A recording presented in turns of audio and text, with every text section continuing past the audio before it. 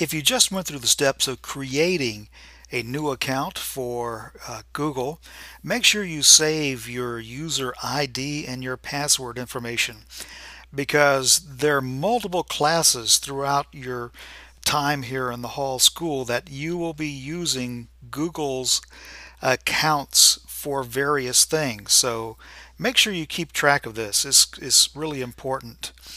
Well, I'm back on the sign in page, and I'm signing into my account. I have my email address and I have typed in my password.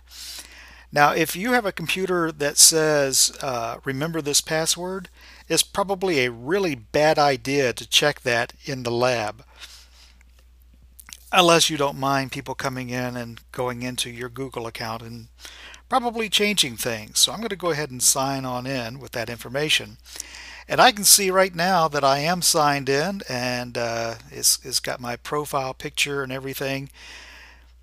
So we're ready to start using the Google account. Now, in fact, right here is saying I'm using Chrome. It says, do you want Chrome to save your password? Well, I'm going to say no, not on this computer. One of the questions people ask is cloud computing safe? Because Google's going to be storing some documents in the cloud on their servers. Well, let's talk about that for a moment. Right off the bat, I see that they're using a secure server. I'm now on the secure side of Google. That HTTPS means that this is an encrypted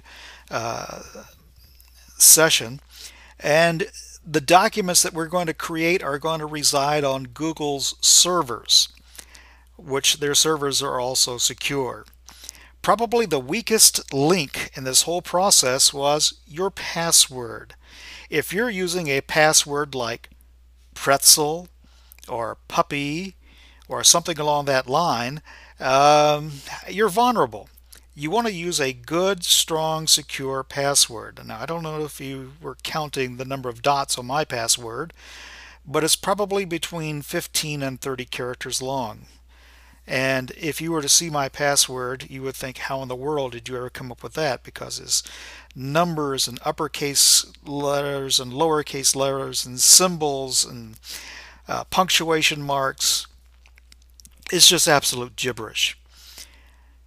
You want to use a secure password, and there's actually a help file that we've created in the Hall School that talks about passwords. Okay, we're inside this particular program.